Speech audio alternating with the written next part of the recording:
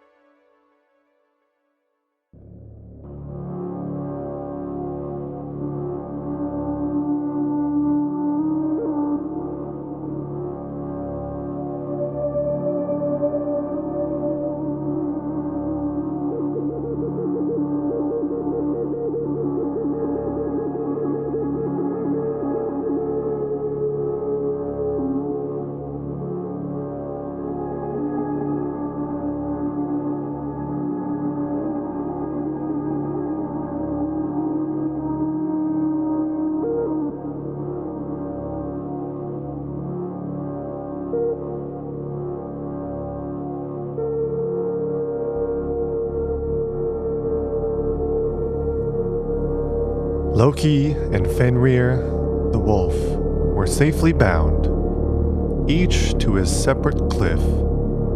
But still, happiness and peace did not return to Asgard, for Baldur was no longer there, and light and joy had gone from the home of the gods.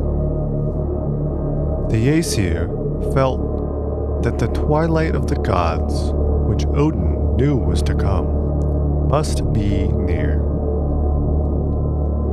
Soon began a long, cold winter. Surely it must be the beginning of the Fimbulwinter, which was to come before the last great battle. From the north came cold blasts of freezing wind. Snow and ice covered the earth. Men could not see the face of the sun or the moon. Everywhere there was darkness. The people grew fierce and unhappy and wicked, for they seemed no longer to love each other. So the evil deeds of men kept on, and the fierce frost giants grew stronger and stronger. They killed the trees and flowers and bound the lakes and rivers with icy bands. Even when the summertime came, the cold still held on, and no one could see the green grass or the beautiful golden sunlight. The frost giants were pleased to see the trouble they had brought upon men, and hoped they could soon destroy Asgard and the gods. 3 long winters passed with no light to warm and brighten the world. After that, still 3 other dreary winters. And then, the eagle who sat on top of the great world tree, Yggdrasil, gave a loud, shrill cry.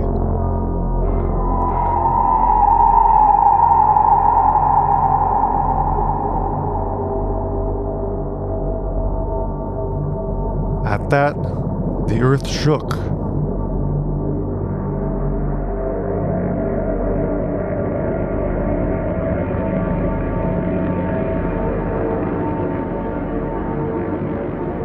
The rocks crumbled and fell, so that Loki and the wolf were freed from their chains.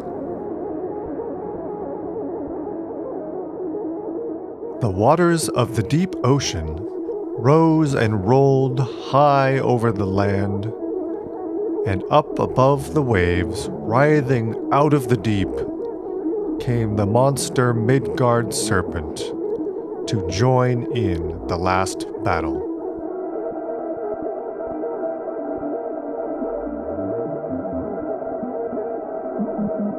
Now, the enemies of the gods were gathering from all sides.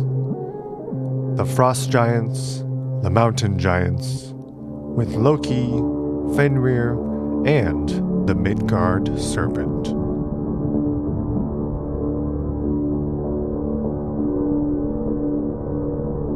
Heimdall, the faithful watchman, looked from his watchtower by the Rainbow Bridge, and when he saw the host of monsters appearing and raging toward Asgard, he blew his magic horn, Yalr, which was the sign of warning to the gods.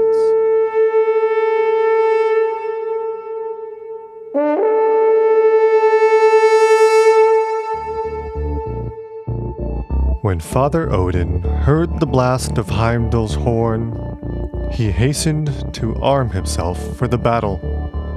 Once again, it is said that the All-Father sought wisdom at Mimir's fountain, asking to know how best to lead the Aesir against their enemies. But what Mimir said to him, no one ever knew. For a second call sounded from the Gjallar horn, and the gods, with Odin at their head, rode forth from Asgard to meet their foes.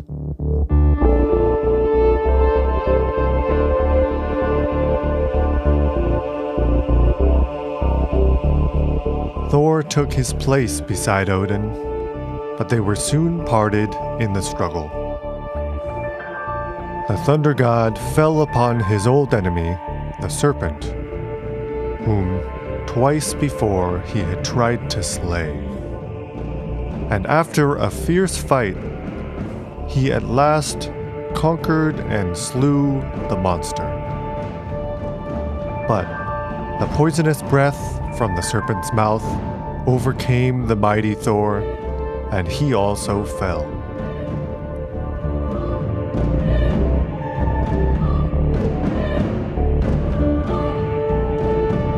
Heimdall and Loki came face to face, and each slew the other. Thus, every one of the gods battled each with his foe, till at last the darkness grew deeper, and all, both gods and giants, lay dead. Then fire burst forth, raging from Utgard to Asgard, and all the worlds were destroyed in that dreadful day of Ragnarok.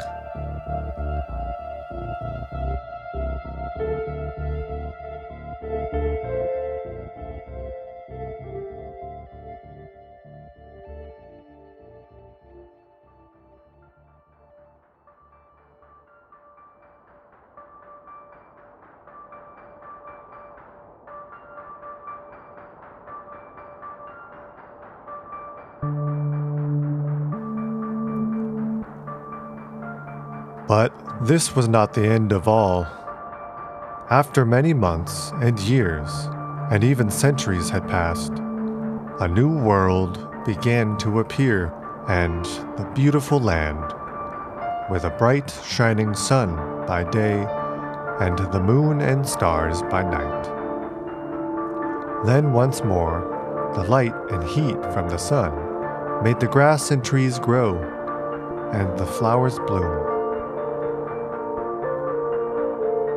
Balder and Hoder came to this beautiful new world and walked and talked together. Thor's sons were there too, and with them the hammer, Mjolnir. No longer for use against the giants, but for helping men build homes. Two people, a man and a woman, who were kept safe through the raging fire, now came to dwell on the earth, and all their children and grandchildren lived at peace with each other in this beautiful new world. Balder and Hoder talked often of the old days when the Aesir dwelt in Asgard before Loki, the Wicked One, brought darkness and trouble to them. With loving words, they spoke of Odin and Frigga, and the brave Tyr, who gave his right hand to save the Aesir, of mighty Thor and faithful Heimdall, of lovely Freya with her beautiful necklace, and of fair Iduna's garden, where they used to sit and eat their magic apples. But still, they said, we know now that this new world is fairer than the old. And here also the loving All-Father watches over his children.